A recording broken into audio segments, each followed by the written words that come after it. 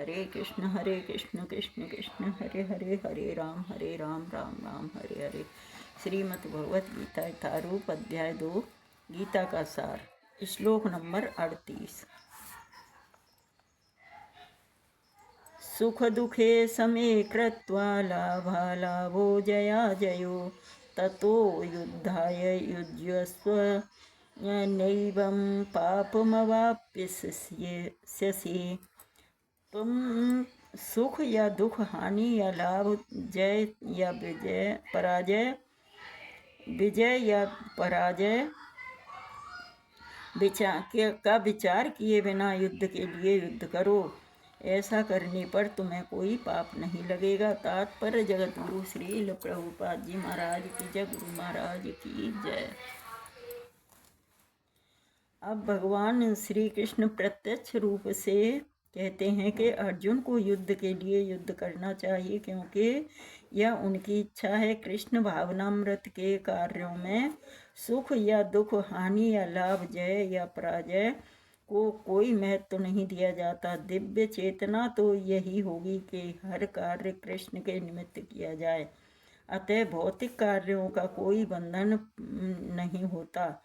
जो कोई सतोगुण या रजोगुण के अधीन होकर अपनी इंद्रिय तृप्ति के लिए कर्म करता है, उनसे अच्छे या बुरे फल प्राप्त होते हैं। किंतु जो कृष्ण भावनामृत के कार्यों में अपने आप को समर्पित कर देता है, वह सामान्य कर्म करने वाले के समान किसी का कृतज्ञ या ऋणी नहीं होता।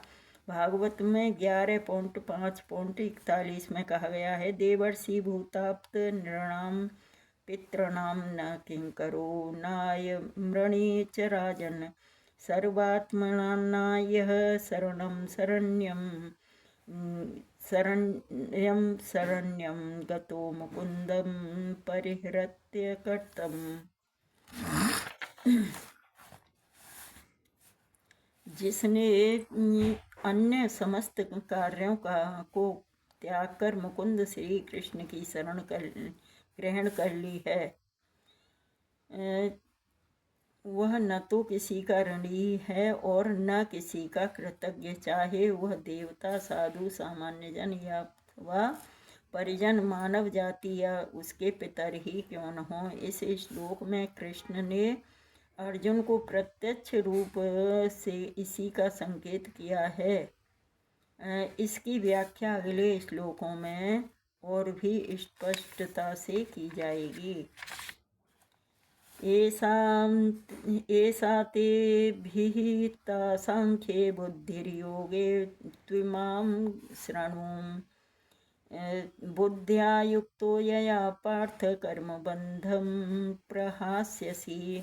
यहाँ मैंने विश्लेषिक अध्ययन सांख्य द्वारा इस ज्ञान का वर्णन किया है। अब निष्काम भाव से कर्म करना बता रहा हूँ, उसे सुनो। हे प्रथापुत्र, यदि तुम ऐसे ज्ञान से कर्म करोगे तो तुम कर्म के बंधन से अपने को मुक्त कर सकते हो। तात्पर्य जगत गुरु श्री प्रभुपाद जी महाराज की जय, गुरु महाराज की जय। वैदिक कोश निरुक्ति के अनुसार सांख्य का अर्थ है विस्तार से वस्तुओं का वर्णन करने वाला, तथा सांख्य उस दर्शन के लिए प्रयुक्त मिलता है जो आत्मा की वास्तविक प्रकृति का वर्णन करता है, और योग का अर्थ है इंद्रियों का निग्रह। अर्जुन का युद्ध न करने का प्रस्ताव इंद्रिय तृप्ति पर आधारित था। वह अपने प्रधान कर्तव्य को भुलाकर युद्ध से दूर रहना चाहता था, क्योंकि उसने यह सोचा कि धृतराष्ट्र के पुत्रों अर्थात अपने बंधु बांधवों को परास्त करके राज्य भोग करने की अपेक्षा अपने संबंधियों तथा स्वजनों को न मारकर वह अधिक सुखी रहेगा। दोनों ही प्रकार से मूल सिद्धांत तो इंद्रिय तृप्ति था। उन्हें जीतने से प्राप्त होने वाला सुख तथा स्वजनों को जीवित देखने का सुख, ये दोनों इंद्रिय तृप्ति के धरातल पर एक हैं, क्योंकि इससे बुद्धि तथा कर्तव्य दोनों का अंत हो जाता है। अतः श्री कृष्ण ने अर्जुन को बताना चाहा कि वह अपने पितामह के शरीर का वध करके उनके आत्मा को नहीं मारेगा। उन्होंने यह भी बताया कि उनके सहित सारे जीव शाश्वत प्राणी हैं, वे नहीं मारे जाएंगे। वे भूतकाल में प्राणी थे, वर्तमान में भी प्राणी रूप में हैं और भविष्य में भी प्राणी बने रहेंगे, क्योंकि हम सब शाश्वत आत्मा हैं। हम विभिन्न प्रकार से केवल अपना शारीरिक वस्त्र परिधान बदलते रहते हैं और इस भौतिक वस्त्र के बंधन से मुक्ति के बाद भी हमारी पृथक सत्ता बनी रहती है। भगवान श्री कृष्ण द्वारा आत्मा तथा शरीर का अत्यंत विशद विश्लेषिक अध्ययन प्रस्तुत किया गया है और निरुक्ति कोश की शब्दावली में इस विशद अध्ययन को यहाँ सांख्य कहा गया है। इस सांख्य का नास्तिक कपिल के सांख्य दर्शन से कोई सरोकार नहीं है। इस नास्तिक कपिल के सांख्य दर्शन से बहुत पहले भगवान श्री कृष्ण के अवतार भगवान कपिल ने अपनी माता देवहूति के समक्ष श्रीमद् भागवतम में वास्तविक सांख्य दर्शन पर प्रवचन किया था।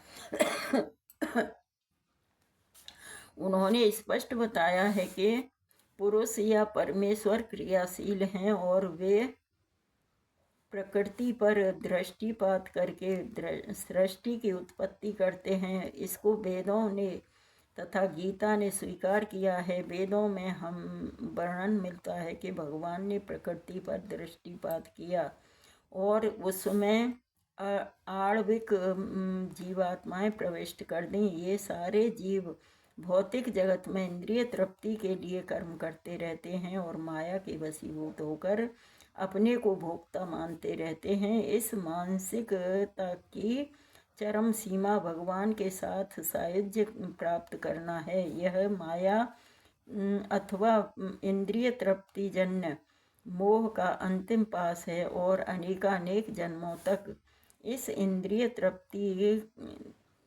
तरह इंद्रिय तृप्ति करते हुए कोई महात्मा भगवान यानी कृष्ण यानी वासुदेव की शरण में जाता है, जिससे परम सत्य की खोज पूरी होती है। अर्जुन ने श्री कृष्ण की शरण ग्रहण करके पहले ही उन्हें गुरु रूप में स्वीकार कर लिया है।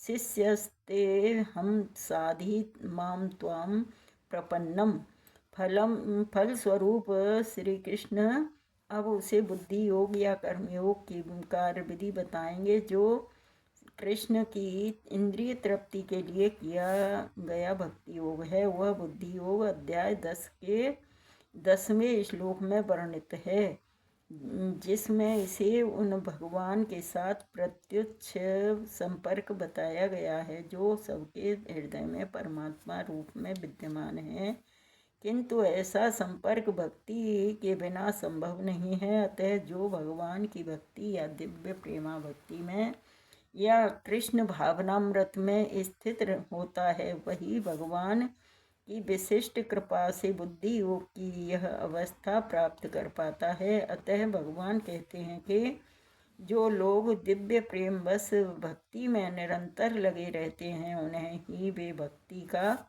विशुद्ध ज्ञान प्रदान करते हैं।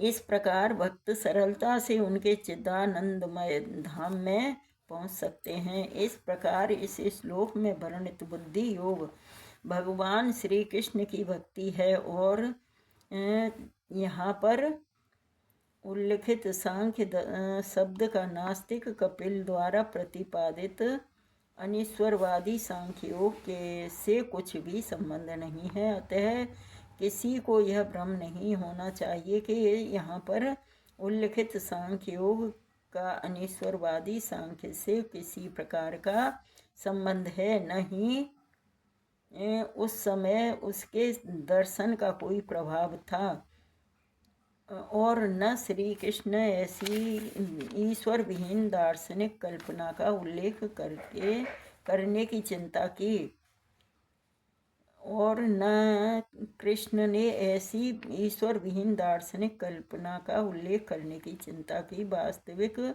सांख्य दर्शन का वर्णन भगवान कपिल द्वारा श्रीमद् भागवतम में हुआ है, किंतु वर्तमान प्रकरणों में उस सांख्य से भी कोई सरोकार नहीं है। यहाँ सांख्य का अर्थ है शरीर तथा आत्मा का विश्लेषक अध्ययन।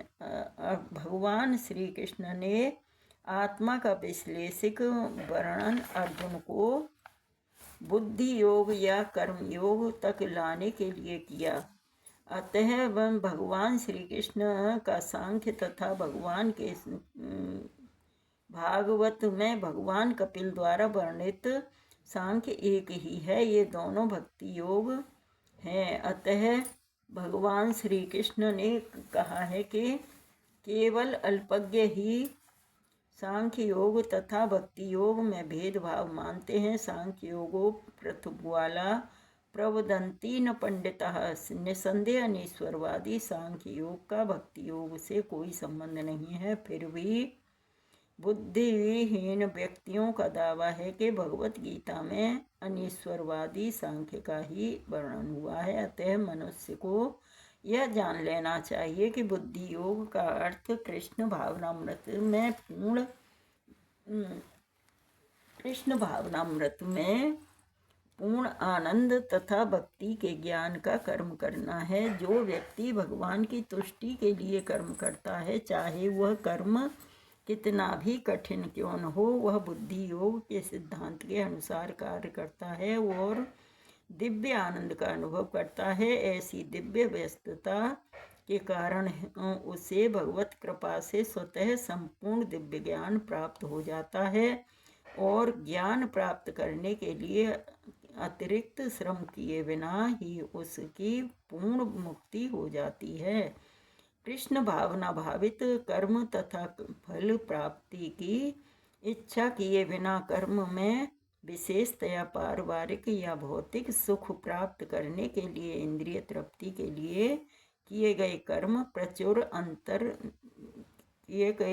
में प्रचुर अंतर होता है। अतः बुद्धि योग हमारे द्वारा संपन्न कार्य का दिव्य गुण है। हरे कृष्ण कृष्ण कृष्ण हरे हरे, हरे राम राम राम हरे हरे। तो हमें अपनी बुद्धि नहीं लगानी चाहिए, हमें मतलब भगवान के लिए ही कर्म करना चाहिए। जो कुछ कर्म करते हैं उसे भगवान के निमित्त कर देंगे तो हमें कर्म फल का दुख या सुख नहीं भोगना पड़ेगा, सीधे भगवान का धाम प्राप्त होता है। तो इस वजह से हमें कोशिश यही करनी चाहिए कि हमें अपने लिए श्रम नहीं करना चाहिए, श्रम करते जाएं और भगवान की सेवा में उसे लगाते जाएं या फिर भगवान के ही निमित्त करते जाएं। मतलब कि ये बच्चों का कर रहे हैं तो बच्चे भगवान के उन बच्चों के लिए कर रहे हैं। कि मतलब भगवान को सेंटर में हम रखेंगे तो हम कर्म बंधन में नहीं फंसेंगे। तो ऐसा करना चाहिए, हमें कोशिश तो करते रहना चाहिए। हरे कृष्ण कृष्ण कृष्ण हरे हरे, हरे राम राम राम हरे हरे। श्रीमद् भगवत गीता यथारूप की जय। हरे कृष्णा।